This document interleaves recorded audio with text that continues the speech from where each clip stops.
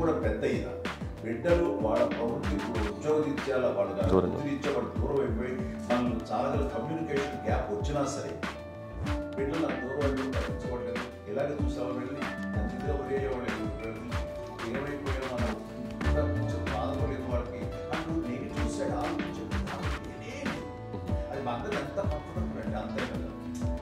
చూసుకోకపోతే మాధవ చూసుకుని మాధవ లేకపోతే నరవ పెట్టుకుంటాడు పడేటప్పుడు మా విజయ్ చూసుకుంటుంది కానీ నాకు కళ్యాణ్ బాబు చూసుకుంటాడు ఎవరో కూడా పెట్టుకుంటాం. అమ్మ మాత్రం అది వెరీ గుడ్ హెల్దీ. నేను చాలా మంది తల్లిదండ్రులు చూశాను వాళ్ళు చాలా ఇబ్బంది పడుతుంటారు.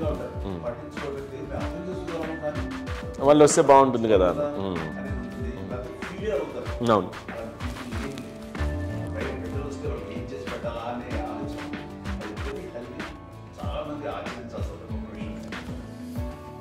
చిన్నప్పుడు అన్ని ఆనందాలేనా, మర్చిపోలేని దుఃఖాలు కూడా ఏవైనా ఉన్నాయా?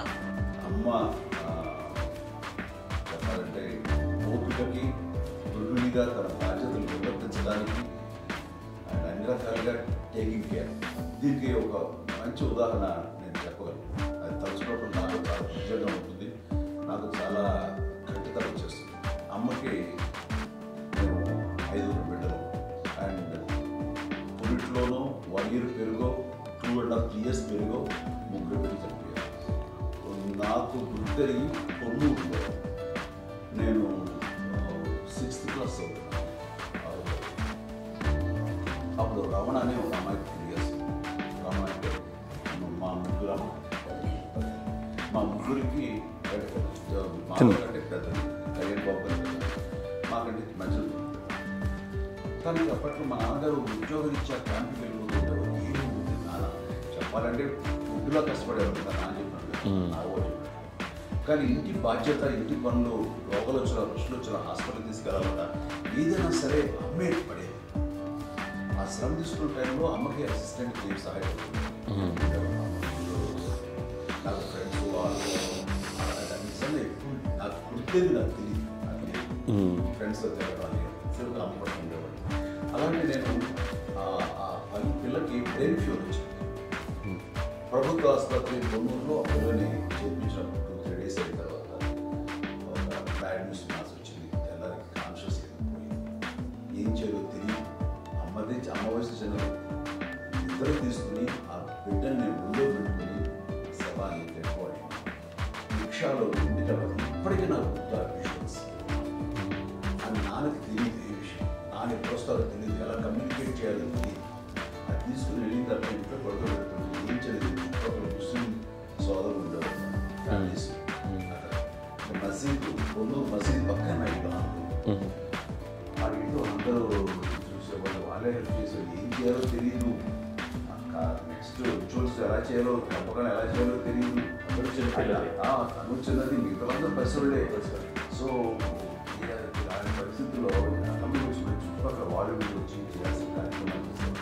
ఆ సమయం నాకు ఎక్కడో కమ్యూనికేట్ చేసి డిపార్ట్మెంట్ ద్వారా నాన్న వచ్చేసరికి పరిస్థితి నాకు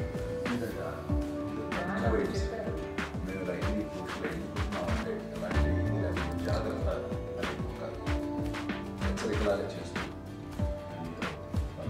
సపోర్ట్ చేస్తాను. కానీ ఇప్పుడే సార్ నా మీద ఉన్నప్పుడు నేను ఏ నిర్ణయం తీసుకున్నాను.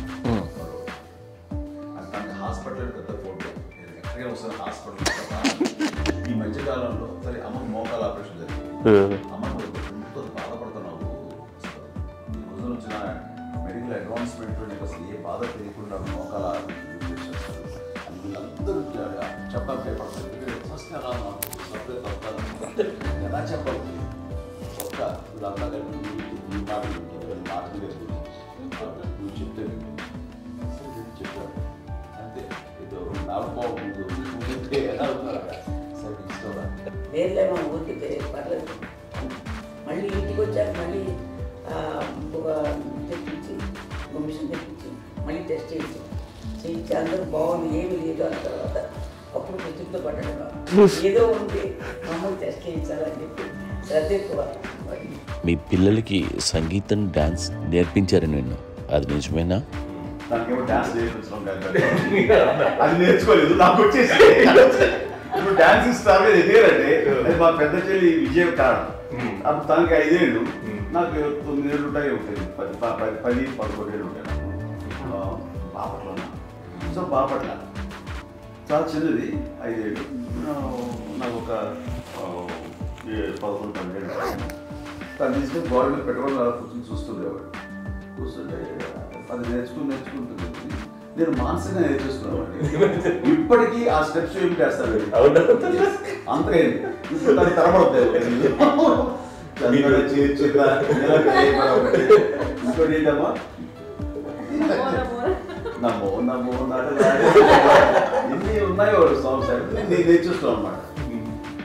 5 పిల్లల్లో ఎవరెక్కువ పని చేసేవాళ్ళు, ఎవరు తక్కువ పని చేసేవాళ్ళు? ఏ పని చేయనండి, చేసేవాడు కదా, అన్నయ్య చేసేవాడు, అన్ని పనులు అన్నయ్య చేసేవాడు.